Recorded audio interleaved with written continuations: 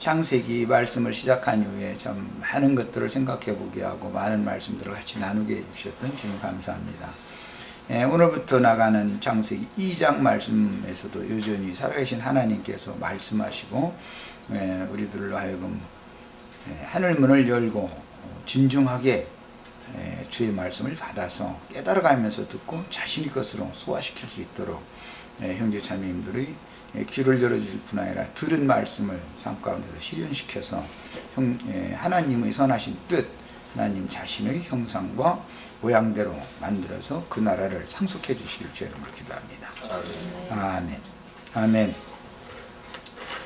자, 오늘은 이제 창세기 2장 1절에서 4절 상반절까지를 지난 시간에 한번 말씀을 나눴지만 그 이제 안식일에 초청 말씀을 나눴던 건데 오늘 한 시간 더 다루고 나가도록 하겠습니다. 같이 성경 읽습니다.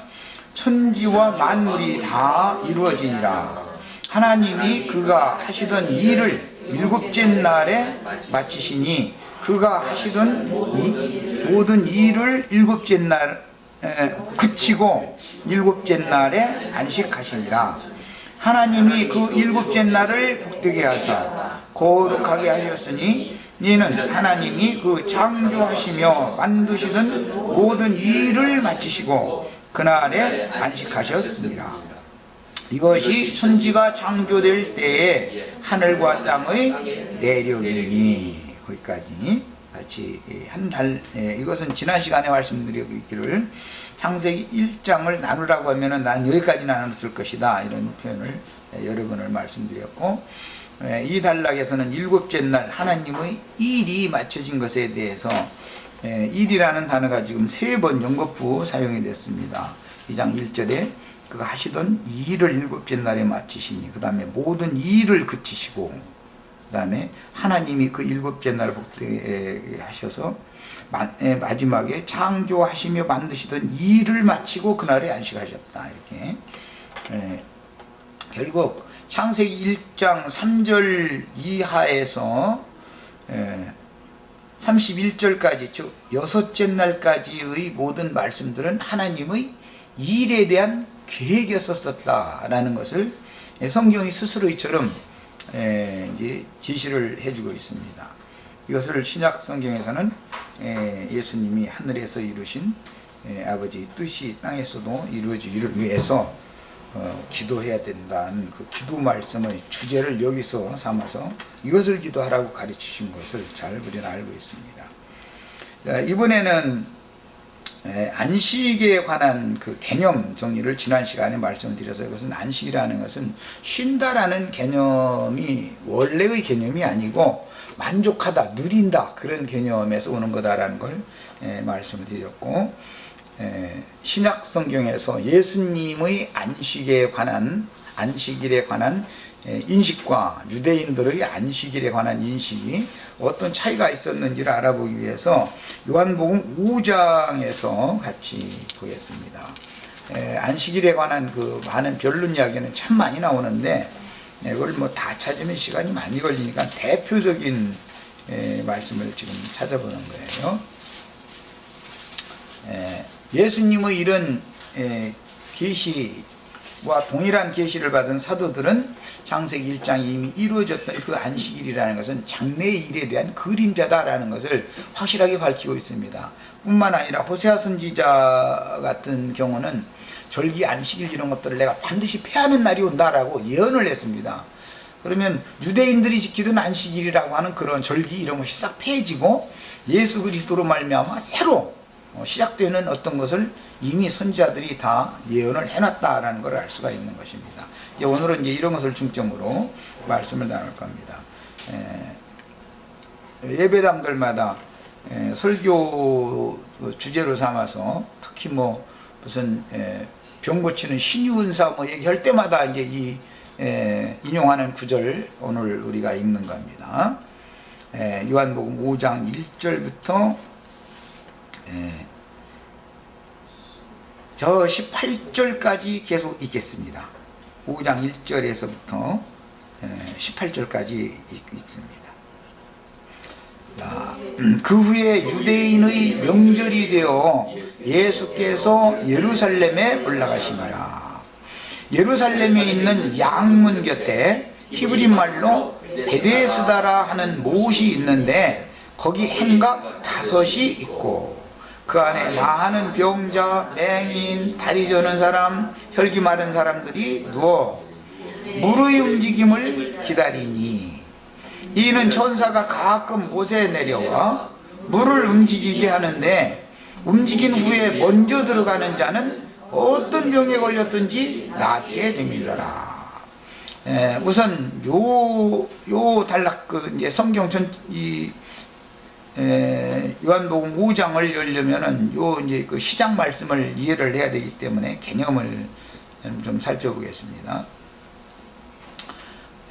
예수님께서 이제 두 번째 표적이 그 4장 말미에 두 번째 표적을 행하셨었죠. 첫 번째 표적은 가나의 혼인잔치였고 두 번째 표적은 왕의 신하의 그 왕의 신하의 종이었죠. 종이 아들이다. 왕의 신하의 아들이 병 고침을 받은 이게 이제 두 번째 표적. 이게 두 가지 표적이 있은 후에 예수님이 유대에서 갈릴리로 이렇게 오셔가지고 두 번째 표적을 이렇게 했어요. 그러니까 첫 번째 표적은 유대에서 행하신 것이고 두 번째 표적은 유대인들이 볼 때 이방인으로 취급하고 있는 갈릴리 쪽에 오셔서 표적을 두 가지 표적을 행하셨다. 이것은 유대인의 구원, 이방인의 구원을 전체적으로 상징하는 거다라는 건 이미 그 넷째 날, 다섯째 날 얘기 나눌 때 이 말씀을 같이 읽고 우리 같이 말씀을 나눴었습니다. 자, 그 일이 있은 후에입니다. 그러니까 유대인은 명절이 있으면 이제 명절이라는 7절기를 말하는 건데 7절기 중에서 특히 3절기에는 반드시 성년된 어른 남자들은 반드시 예루살렘 성전에 모여서 절기제를 지켜야 했었죠. 이제 유단이 신앙생활했습니다. 예수님도 이제 30세니까 예루살렘에 절기를 지키러 간 거예요. 그런데 그때 예루살렘에 있는 양문, 성경에는 이제 문 이야기가 참 많이 나옵니다. 양의 문, 말의 문, 뭐 마문이라는 말도 나오죠. 여기 보면. 그 다음에 분문이라 해가지고 이렇게 예루살렘 사람들이 똥 싸면 이제 그거 다 갖다 이제 갖다 내보내는 이제 어떤 분도 있고, 시구문이라 해서 이제 시체, 추석나면 개인놈이라고 하는 예루살렘 밖의 공동묘지로 이렇게 메고 가야 되는데 거기는 아무 문이나 통과해서 가는 게 시구문이라고 시체 내보내는 분을 통과해서 그냥 가는 거죠. 그 이제 구약성경 읽어보면 그런 많은 분들 이야기가 나와요.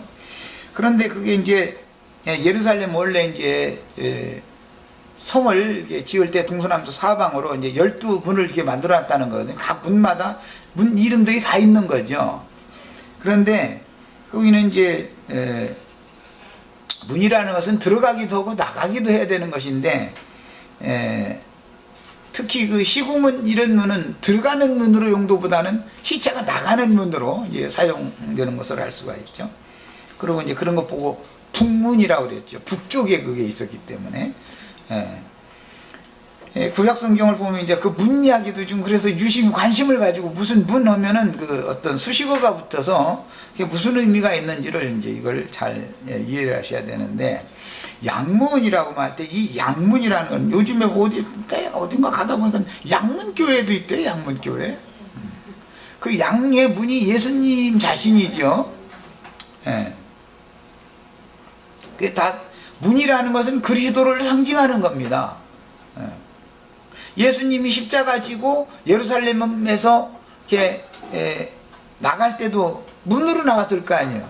어떤 문이라고 신약에 와서는 돼 있지 않지만 어쨌든 예루살렘 안에서 나가야 되니까 문으로 나갔을 거 아니겠어요? 죽으러 갈 때도. 이제 계시록에서 이제 12진주문 이야기가 나오죠. 동서남북 사방에 세문씩 이렇게 해서 12진주문 이야기가 나와요.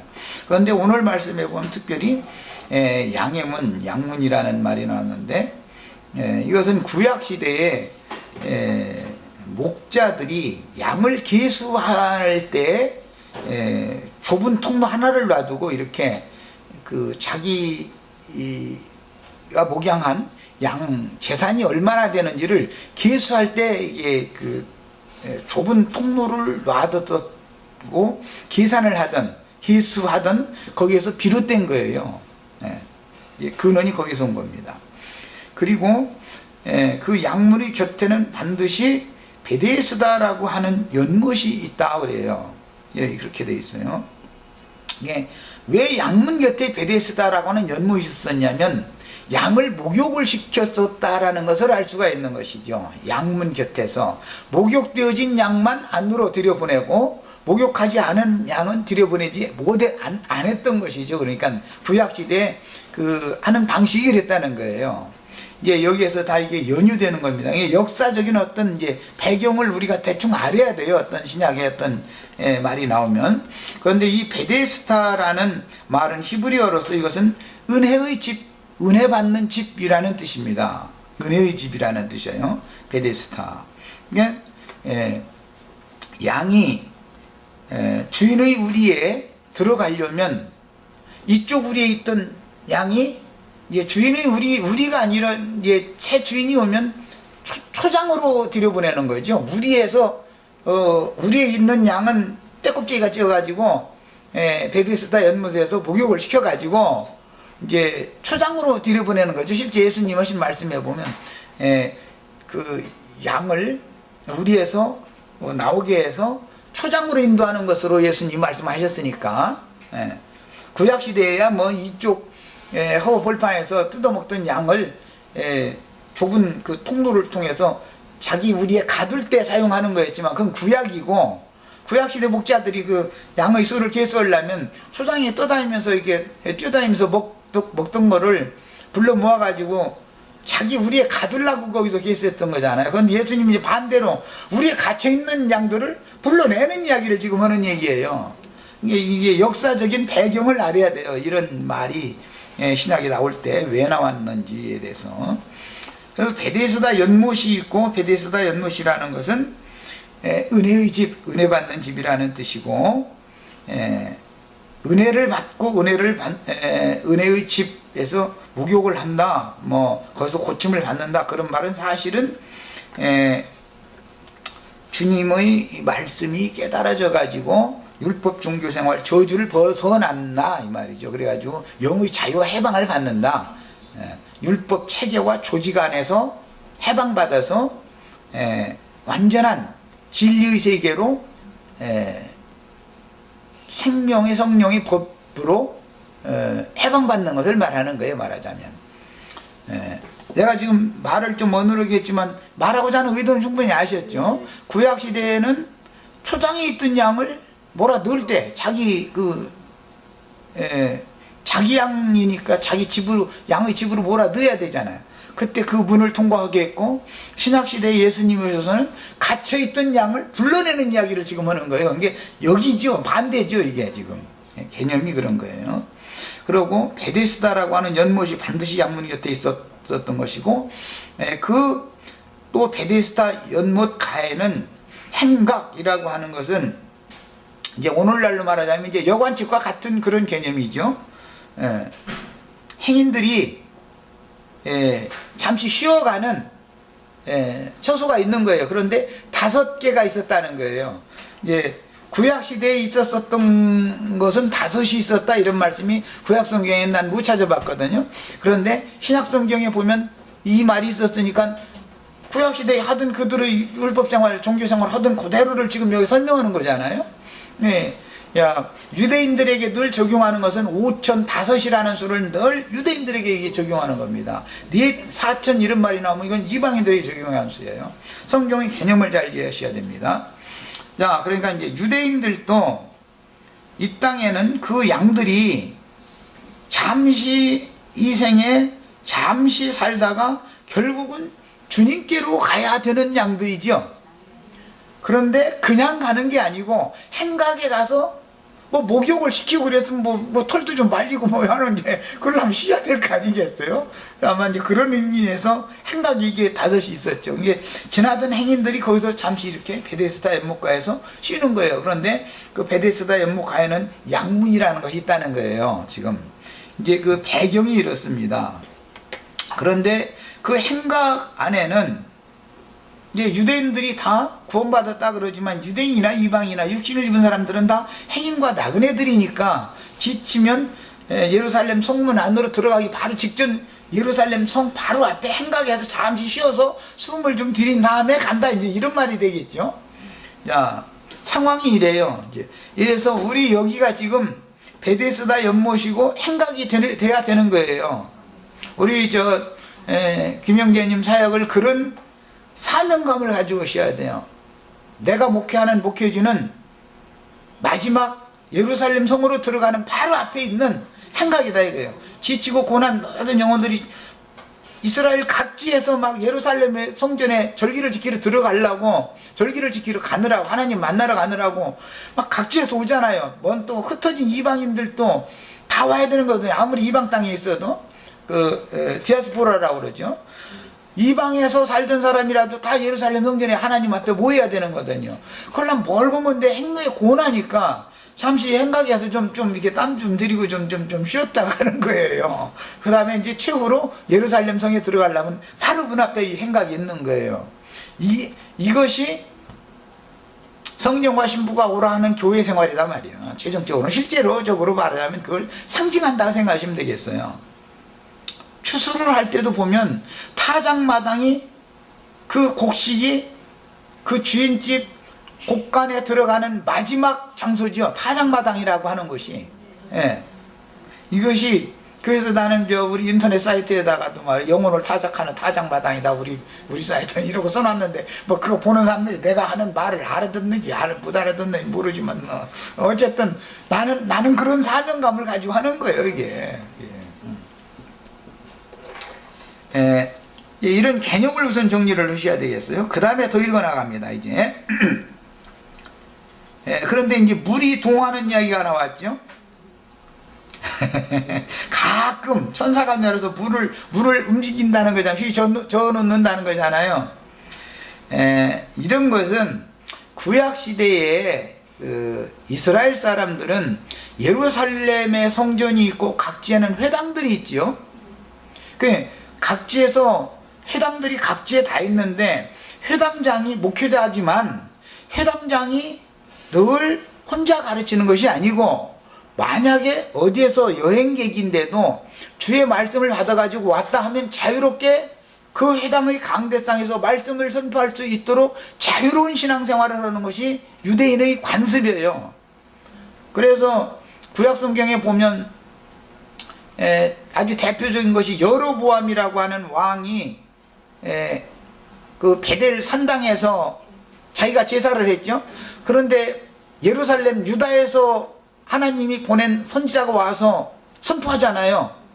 그렇게 구약시대에 이스라엘 백성들의 신앙은 오늘날 어떤 큰 예배당 뭐 담임 목사다 그래가지고 지 교회 삼아가지고 지가 다 모든 걸 주장하는 게 아니고 내가 가서 예를 들자면 나는 전혀 그거 알도 못하는 사람이라도 나는 주의 말씀이 이런 계시가 있어서 꼭 오늘 이 장소에 가서 말씀을 전하라고 내가 보냄을 받아서 왔습니다. 회당장한테 얘기하면 회당장은 자기 자리를 빌려준 게 아니라 줘야 되는 거예요. 그것이 유대인들의 생활이에요, 그게.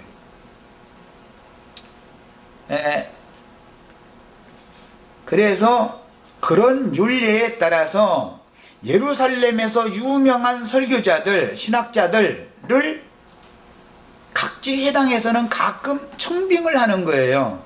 청빙을 해가지고 그분으로 하여금 설교를 할 기회를 주는 거예요. 그러면은 물이 동하는 거예요.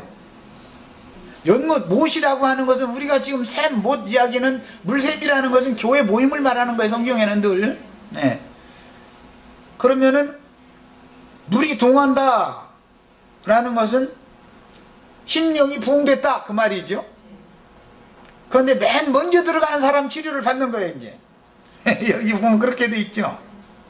불이 움직일 때, 움직인 후에 먼저 들어가는 자는 어떤 병에 걸렸더라도 낫는다 했어요. 말하자면, 오늘날로 말하자면, 유명한 설교자가 와서 뭔가 자기 목사가 계속 가르치는데 무언가 풀리지 않고 답답해 죽겠고, 막 어떻게 해결할 방법은 없고, 그런데 마침 뭐 부흥이 온다 어쩐다 해서 이제 한번 참석을 해봤더니, 꼭 자기한테 하는 얘기를 꼭 자기가 궁금한 것만 그냥 꼭꼭 집어서 무슨 얘기를 할 수가 있죠. 그럼 그 사람은 고침을 받는 거예요. 그 사람만. 다른 사람들은 수많은 사람이 부흥에 참석을 했어도 그 사람만 고침 받는 거예요. 그 사람만. 이게 이제 상징입니다. 이제 이런 히브리인들의 신앙생활에 따라서 신약시대에도 바울사도가 이곳저곳에 교회를 세웠지만 예루살렘에서 유명 여김을 받는 자들이 내려오죠. 그럼 그들이 교회의 목회자가, 각 지역교회 목회자가 있지만 그 사람이 그날은 설교하지 않는다 이 말이에요. 예루살렘에서 내려온 사람이 하는 거예요. 왜? 주님이 보내신 사자라고 받아들이기 때문에 그렇단 말이에요. 하나님의 현사로 받아들이기 때문에 그러는 거예요. 예를 들어서 내가 이제 김영재님 갑자기 말이에요. 다음 일요일날 생각지도 않았는데 말이에요. 저 수원으로 가라 그러면 나 가야지 어떻게 할 거예요. 주님이 가라 그러는데 난 여기 신림동에서 해야지 왜 내가 거기로 가냐고 말이에요. 김영재님 입장에 난처해지지 않냐고 말이에요. 요새는 전화 한 통화만 되는데 난처할 것도 없어. 주님이 이상하게 오늘 아침에는 말이야 거기 가서 꼭 할 말이 있다고 말이야. 그러면 김영재님 당연히 오라고 해야 되는 것이지. 지금 이거 내 교회예요 말이야. 나 형제님 오시면 되냐고. 이것은 히브리인들의 신앙생활과는 안 맞는 생활인 거예요. 이거는 그렇게 하지 않습니다. 그래서 신약교회 생활을 하는 이 서신서들을 보면 순회 전도자라는 것이 있어요. 요한 그 3서에도 보면 순회 전도자 얘기가 나오죠. 그래서 히브리인들의 신앙은 늘 이처럼 자유로웠어요. 다만 하나님이 보냈어야 되고 하나님이 보냈으면 계시가 있어야 된다 이 말이에요. 계시를 가지고 와야 되는 것이죠. 와서 중원중원 무슨 뭐 돈 버는 얘기 나오고 뭐 무슨 그런 얘기 할 바에는 차라리 안 오는 게 낫죠.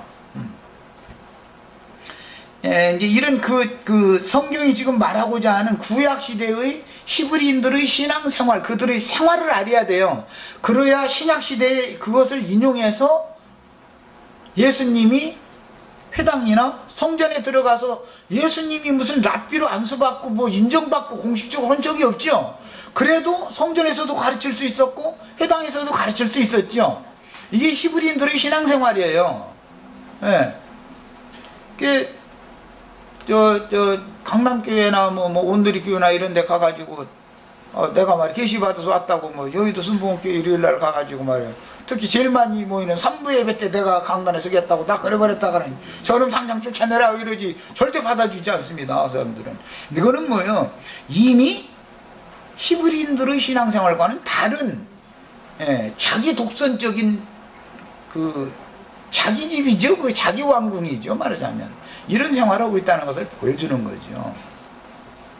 그런데 이제 내가 이런 말을 함부로를 못하는 것은 어느 정도 말귀를 알아들을 수 있는 수준까지 가르쳐 놓은 다음에 이것을 얘기를 해야지 서로 상통하고 교통해야 된다 해놓고 나서 내가 거기 가서 말이야 오늘 말씀 좀 해야겠다 이래버렸다가는 그 내 약물이 다 뺏으러 왔다 생각하지 받아주지를 않죠. 이거 굉장히 중요한 문제죠. 이게 그게 참 이 신앙을 바로 지도한다는 게 굉장히 어려워요. 예. 자, 그런데 이제 5절 이하에 봅니다. 거기에 그런 게 행각이 하지요. 양문 곁에 있는 베데스다라고 하는 못이 있고 그 못 옆에는 행각이 있는데 그 행각에는 38년 된 병자가 있더라는 거예요. 거기 38배 된 병자가 있더라. 예수께서 그 누운 것을 보시고 병이 벌써 오랜 줄을 아시고 이르시되 네가 낫고자 하느냐? 아니 뭐 물어봐. 나 같으면 내가 이 사람은 이 사람 병 오래됐구만 하고 나서는 그냥 기독교계 그 신유은사 받은 사람들 식으로 한다면 그냥 나서라 해가지고 그냥 뭐 치마 하나 맞춰다가지고 이게 치마 덮어주든지 뭐 손수건 한 장 주든지 뭐 이래가지고 그냥 고쳐버리고 말지 왜 물어보기를. 병난 사람이 낫고 자지 낫지 싫어하는 사람이 어디가 있어요 세상에. 그런데 이걸 물어보는데 이유가 있습니다. 이게 굉장히 중요한 거예요. 부흥회가 있어도 이번 부흥회를 통해서 정말로 내 이런 거 정말로 답답해 죽겠는데 우리 목사님한테 물어서 성경 읽어 믿어 막 이러고 앉았고, 아 이거 정말 해결은 안 되고 나 좀 살려달라고, 이번 부흥성회를 통해서 내 이거 좀 꼭 좀 치유해달라고 이렇게 간절히 원하는 사람이 있어요. 그 사람을 위해서 하나님이 천사를 보내는 거예요. 그 사람이 가가지고는 물을 막 휘저어버려. 그러면 딴 사람들은 못 들어가. 그 사람만 먼저 거기 들어가게 돼 있어요. 그 사람 하나를 건지기 위하여 천사를 하나님 보낸 거예요. 사실 말하자면 이런 개념의 뜻이. 그러나 병자가 대답하되 주여 물이 움직일 때 나를 못에 넣어주는 사람이 없어. 지금 말하자면 메시아가 없다 이거예요. 난 메시아를 간절히 기다리고 38년이니까 광야 끝까지 왔는데 가나안 땅에는 들어가지 못하고 회정해가지고 지금 뱅뱅 돌아다니고 38년 됐으니까 올해는 죽는 해지요. 이제 40년째 되는 하니까 이제 올해는 꼴꼬닥 하는 해잖아요. 이제 이런 지경까지 왔는데, 내가 사람들은 예루살렘에서 유명하다는 사람들이 많이 내려오고 뭐 유명한 부흥강사들이 많이 이제 여기는 이제 예루살렘의 예니까 거기에는 예루살렘에는 쟁쟁한 신학자들이 얼마나 많아요. 많이 있는데 그 사람들 말 다 들어봤는데 나는 도대체 유명한 랍비라는 설교는 내가 다 들어봤는데 난 도대체가 해결 안 되는 게 너무 많다 지금 이러는 거예요. 누가 와도 나를 통하는 물속에서 늦지는 못하더라 이랬단 말이야. 38년 동안을 물이 통하는 것을 날마다 38년을 거기서 물 동하는 것은 봤지만 자기는 못 들어가고 있었으니까 이 사람 참 그야말로 숨막혀 올해 죽는 해라니까. 올해가 2년은 이미 지나갔고 38년이 또 채워졌으니까 40년째 되면 죽는 해잖아 이게 지금. 올해 예수 못 만나면 죽는 거예요 지금. 구원자 이 메시아 못 만나면. 그런데 예수님은 누구를 지금 이 예루살렘에 절기 지키러 온 그 수백만이 물결치게 왔는데 누구 한 사람 고치려고 지금 이 절기에 여기 가게 된 거예요? 요 한 사람 고치려고 물 동하게 만들어 가신 거죠 지금. 이렇단 말이요. 절기에는 반드시 가장 설교 잘하는 사람, 예루살렘에서도 아주 신학자 중에서도 아주 설교 제일 잘하는 사람이 하는 거예요. 절기 설교라는 것은 아무나 하는 게 아니에요. 저 기독교계에서도 뭐 특히 뭐 부활절 설교니 뭐 이런 걸 때 보면 막 큰 넓은 뭐 저 올림픽 운동장이니 뭐 이런 막 어마어마한 장소 빌려가지고 전 교인 다 모이죠. 그래가지고 나 같은 사람 충분하지도 않아. 나 같은 사람은 거기 만약에 부활절날 강대상에서 설교했다 그러면 그 사람은 기독교계에서는 이렇게 알아주는 사람이에요. 이거 늘 유대인의 행습은 그렇게 했어요. 아주 설교를 제일 잘하는 사람이 절기설교를 하는 거거든요. 그런데 절기설교를 38년을 들었는데도 이 사람은 해결이 안 돼. 뭔가 그게 아닌 것 같아. 자기 속에서는 이런 것이 있으셔야 돼. 그래야 예수를 만나. 그래야 그냥 막 부활절이라고 삶은 계란 줘가면서 이거 먹으면 부활된다 해서 자꾸 막 이러는데 아멘이 되면은 이 사람은 예수님이 직접 오셔도 부활 안 돼. 직접 오셔도 못 고침이 되지를 않아. 이 사람은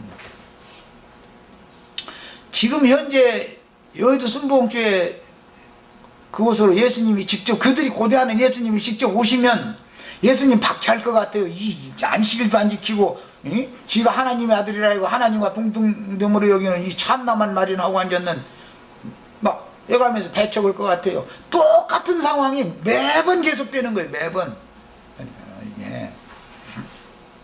그래서 예수님이 이제 그 38년이나 된 사람을 하나님이 왜 모르겠어요. 이 사람 한 사람 만나주러 이번 절기에 간 거예요. 예루살렘에. 그리고서는 그 사람 딱 만나고 나서 벌써 오랜 병이 중병이 들어서 올해는 마지막 가는 해다라는 걸 이제 아님이 알죠. 알고 나서 네가 낫고자 하느냐, 도저히 고칠 수 없는 지경까지 간 거잖아요. 40년째가 됐으니까 지금. 그럼 뭐해서 못 고친다는 거예요? 율법 관념이 굳어져 가지고 40년 동안 굳어져 버려 가지고 누가 뭔 얘기를 해도 그가 자기 나름대로 아는 것이 세뇌당하는 것이 있어서 안 들리는 사람이다 이 말이죠. 그냥 죽는 수밖에 없는 지경까지 온 사람이요. 이런데 이 사람을 주님이 딱 찾아오신 거예요 지금. 예, 오늘 그런데 이런 말씀 나누려고 그러는데 아까 그 김찬정계님이 아주 참 너무 듣기 아주 정말 기쁜 소식 전하네. 저기 갑자기 말이야 주님께서 말이야 그냥 먼 데까지 보내시더니 가서 막 그냥 막 하고 했다는 거예요. 그냥 그게 말하자면 하나님이 보내서 물을 동하게 허락한 거예요. 그게 그 얘기인 거예요 이게 지금. 그러면 누군가는 고침을 받아. 누군가는 사람 뭐 10명 앉혀놓고 했다 10명이 다 고침받는 게 아니고 그 중에 누군가 고침받는 사람이 있어요. 그 사람 한 영혼을 위해서 주님이 가는 거예요. 메시아는 이렇게 하는 거예요. 메시아의 일이라는 건. 그러니까 병자가 이제 대답하되 주여 물이 움직일 때 나를 못에 넣어주는 사람이 없어. 내가 가는 동안에 설교는 계속 해서 나 지금 부흥성례를 해가지고 사람들 심령이 감동받았다고 할렐루야 아멘 하고 지금 난리 버거지를 하고 막 나자 빠지는 사람, 박수 치는 사람, 막 방언 터졌다고 시우리는 사람, 별 사람이 다 있으니까 지금 물이 동한 거 아니에요 지금. 분광사가 와가지고 막 성령 받으라 하면서 막 슉슉슉 해가지고 이러고 막 뱀 지나가는 소리 막 해대고 이러면 막 뒤로 나자 빠지고 막 난리가 난 거예요 지금. 이제 막 여기 성령 받았다 해가면서 막 어디 뜨거워졌다 해 자꾸 이제 이런데 이 사람은 냉랭 38년을 절기를 지켰는데도 여전히 냉랭해. 도대체가 말이야 하긴 은혜가 안 되는 거예요. 감동이 안 되는 거예요. 그래서 병자가 대답하되 주여 물이 움직일 때 나를 보호에 넣어주는 사람이 없었다. 그 유명한 설교 잘한다라고 하는 유명한 사람들이 절기 설교를 할 수 있는 자격을 갖춘 사람들이 설교하는 설교를 38년 동안을 절기 설교를 들었는데도 도대체 감동이 안 오는 거예요. 이 사람은 은혜가 안 돼. 다른 사람들은 이제 주위를 보면 다 그냥 난리 버거지가 났고 막 방언 터졌다고 씌워지고 막 난리가 났는데 이 사람은 방언도 안 나오고 아무리 해볼라 해도 안 되고 그냥 무감각한 거야. 왜 그러느냐? 나를 넣어주는 사람이 없었다 그랬는데 그 어떤 설교자도 나를 감동시키지 못했다 그 말이요. 나도 좀 저 사람들 하는 대로 신용이라도 내볼까. 저 사람 방언 터졌다니까 나도 좀 방언 받아보려고 막. 내가 같이 좀 그 사람들 따라서 해보려고 가는 동안에 다른 사람이 먼저 내려가니까 자기는 소용없더라 이거요. 이 생활을 계속 했다는 거예요. 이거 해보셔야 알아. 이거는 경험이 있으셔야 돼 이거는. 그러니까 예수께서 이르시되 일어나 네 자리를 들고 걸어가라. 근데 여기 자리라는 것이 병상이라는 뜻이에요. 계시록에서도 침상채 던진다 이랬는데 원은 그 병상인 거예요. 이게 병자가 누워있던 자리죠. 율법 관념과 율법 종교 생활에 굳어지고 세뇌당해가지고 관념으로 조성되어진 것이 그게 뭐냐? 그게 율법 종교로 굳어져 있는 이 상태가 여러 가지 율법 지키라면 그거 열심히 지키는 건 지금 여러 가지 병든 거예요 이게. 그래가지고 네 자리를 들고 걸어가라 하시니 그 사람이 곧 나와서 자리를 들고 걸어갔다 그랬어요. 참 그런데 그날이 마침 안식일이더라는 거예요 이게.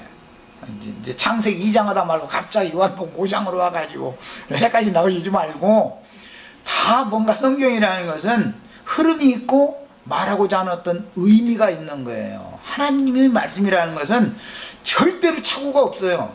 혼동될 것도 없는 거고. 자, 유대인들의 이런 신앙생활은 각지 회당에서 회당장만이 회당장만이 아니라 계시를 받은 자가 주의 여호와께서 나를 보내셨다 하고 말하면 회당장은 그 사람에게 강론을, 성경을 읽고 가르칠 수 있는 자리를 줘야 되는 거예요. 이게 유대인의 신앙생활이에요. 이게 만약에 우리 박자매님이나 우리 김영재님이 오늘은 신림동 모임에 가서 너 말씀 증거를 해라 하시면 와서 그 얘기를 나한테 해야 돼요. 그러면 나는 옆에 앉아야 되고 형제님이나 자매님 이 자리에 앉아서 해야 되는 거예요. 꼭 그렇게 해야 되는 거예요. 이게 정상적인 교회 생활이에요. 히브리인들의 신앙생활은 이렇게 했던 거예요, 원래가. 그래서 배운 것이 없는 무식쟁이로 알고 있었던 예수님이라 할지라도 회당에 들어가서 가르치지요. 회당장의 자리에서 가르치는 거예요, 예수님이. 그것이 허용이 됐어요. 성전에 들어가서도 가르쳤어요. 그러나 다만 따지지요. 이제 네가 가르치는 것은 좋다. 우리 그 신앙생활이 그렇게 하는 거니까 좋은데 너는 네 이름과 무슨 권세로 이렇게 가르치느냐 말이요. 좀 말하자면 증 내놔라 이제 이 말이지요. 예. 그런데 예수님 나 증 없어 이제 잃어버리니까 이제 이게 문제가 되는 것이지요. 말하자면 예수님도 당당하게 말이야. 나 가말리엘 신학교 졸업했는데 라든지 니고데모 신학교 졸업했는데 가면서 이게 증을 딱 내놔버리면은 뭐 문제 될 것이 없죠. 근데 나 증 없는데 잃어버리니까 그러면서 나 아버지가 보냈어. 막 잃어버리니까 이 사람들이 너무 황당한 거예요. 이거 말이야, 율법에 대해서 손잡기에 가서 배운 적 없고 하면 갑자기 여기서 말이야 나타나가지고 아니 하나님 아버지가 보냈다네 숫제. 아니 이게 얼마나 황당하겠어요. 그런데 찜 가지고 다니면서 자랑하는 사람들을 백성들이 가만히 듣더니 분별을 해볼 때 찜 가지고 다니던 사람들 중에 설교자들을 참선지자라고 보는 게 아니라 예수님이나 요한이나 이런 사람들이 하는 걸 그건 신학교 졸업했다는 증명서도 없는 사람들인데 선지자로 여긴단 말이에요. 그러니까 백성들이 두려워서 주의도 못하고 자기네들은 말이야 증이 있는 이 사람들은 증도 없는데 이거 완전 이단이 나온 거 아니야 이거 지금 어디서 이상한 돌이 불러온 돌이 말이야 들어가지고 말이야 붙박이 돌 빼내려고 이러고 앉았으니까 그 사람들이 우리 자리 지켜야 되겠다고 해서 싸움이 나는 거예요 지금. 이 신앙생활에 대해서 아셔야 됩니다. 순회 전도자들을 파송했을 때 각지에는 반드시 장로들이 각성의 장로들이 세워 있었기 때문에 평상시 목회자들은 장로들이 하는 거예요. 가르치고 목양하고 하는 모든 일을. 그러나 주님의 성령의 감동으로 보냄을 받은 순회 전도자가 오면 그때는 특별 집회를 하는 거예요. 오늘날로 말하는 거예요. 나는 지금 말하자면 특별 집회를 하는 거예요. 이것이 유대인들의 신앙생활이고 그 개념이 신약시대까지도 계속 흘러오고 교회 생활에서 서로 연락하고 상합해라라는 뜻은 그런 뜻이다 이 말이야. 어떻게 하라 해서 양무리끼리 연락하고 상합하라는 게 아니죠. 마디마다 뼈마디들이 있죠. 굵은 마디, 그 다음 마디, 그 다음 마디에 공급을 서로 해가지고 가지 끝까지 생명이 공급이 흘러가게 해내려면 연락하고 상합함이 필요하다 이거예요. 이게 유대인들의 신앙생활에서 나오는 말이에요. 신약 성경의 어떤 한 구절을 해석하려면 성경 전체적인 배경을 다 알아야 돼. 그러나 내가 이제 어떤 목회자를 만나서 갑자기 이런 말을 그냥 못하는 것은 그거 알고 보면 내 약물이 뺏으려고 왔구만 이러버리니까 그건 그 사람이 이 말을 알아먹을 때까지는 가르쳐놔야죠. 최소한대로. 그러고 이게 그렇구나 이치가 왜 내 교회를 삼지 말라고 그러고 그렇게 연락하고 상합하고 머리로부터 공급되어지는 그 생명 공급을 각 마디를 통해서 공급을 받아가지고 모든 약물이들이 주님의 몸된 교회로 한 교회로 세워지게 하는 이 이치를 알아야 된다 이 말이에요. 내교회라는 건 개념이 누군가 목회자가 있으면 그는 주님의 몸 밖에 있는 자들이 되는 것이다 말이에요. 사실은 이렇게 중요한 거예요 이게.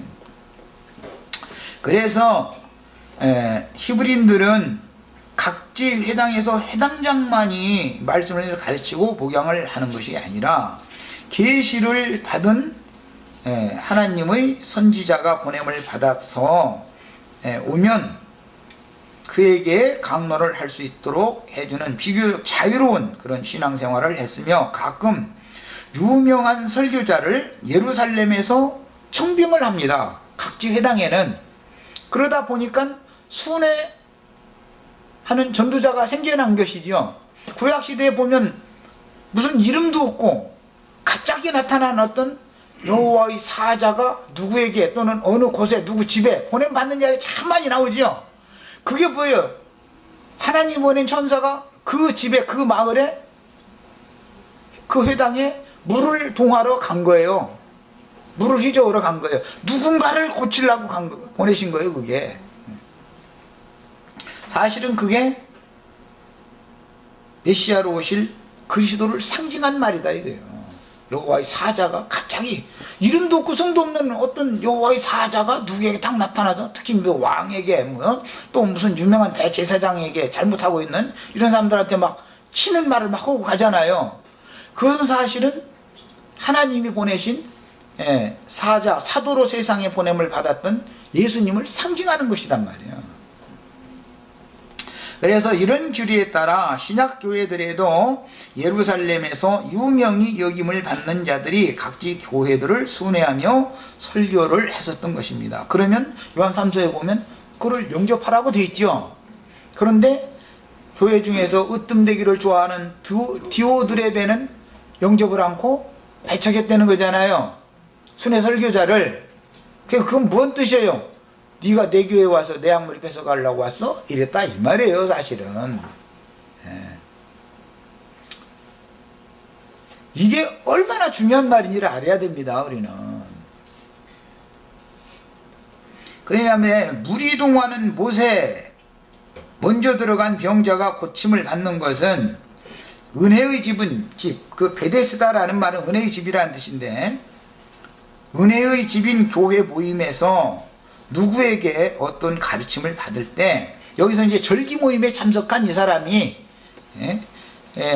이 사람은 그래도 이제 일반 회당에서 말씀 가르치는 회당장이 하는 소리는 시시해서 귓가에 들어오지도 않는 사람이죠. 지금 40년 동안 모세의 율법을 계속 가르침 받았으니까 아주, 나도 성경줄이나 알갖고 뭐 얘기하면 그 다 아는 소리, 이런 사람이다라는 말이잖아요 말하자면. 그러니까 이 사람은 중환병에 걸렸죠 지금. 지가 다 안다는데 뭐 누가 어떻게 고칠 거예요 이 사람을. 누가 설교해도 예루살렘에서 그렇게 유명한 설교자들이 와서 절기 설교를 할 때는 아주 유명한 사람이 하는 건데도 수십 년 동안 듣다 보니까 이 머리가 꽉 차가지고 아는 것은 많은데 나름대로 속에서는 그래도 여전히 해결 안 나는 것이 있는 거예요 이게. 그러니 어떤 지역에 있는 조그만 회당장이 와가지고 뭐라고 시우리고 가면은 그게 들으려고 하겠어요 이 사람이 지금? 이 사람 귀에 그게 들리겠어요? 이것이 죽음의 지경에 이르는 영혼의 상태다 이거예요. 그래서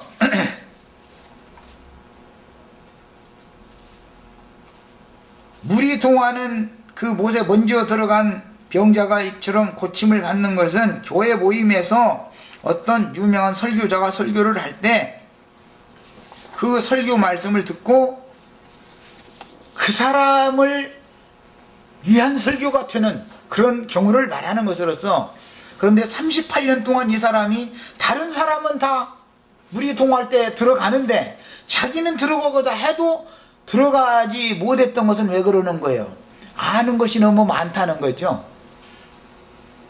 아는 것이 너무 많은 것이 이게 병이요 이게. 세상에서도 사람이 교만한 병보다 더 큰 병은 없죠. 중병해도 누구도 못 고쳐. 그 병은 영적으로 아는 지식이 너무 많아가지고 누가 웬만한 말을 해가지고는 코르둥대 버리고, 아이고 그 38년 전에 듣던 얘기 1년마다 한 번씩 돌아가면서 또 그 어떤 설교자가 딱 나타나면, 그 사람은 그 레파토리가 있어가지고, 요렇게 돌려가면서 해먹는, 살짝 바꿔가지고 해먹는다는 걸 알고 있어, 아주. 그러니까 한 번 딱 들으면, 또 다음에는 뭔 말하게끔 알고 있는 사람이야. 이 사람은 누구도 못 고쳐. 이 얘기예요. 우선 시간이 돼 여기까지 하고, 잠시 쉬었다 해석하겠습니다.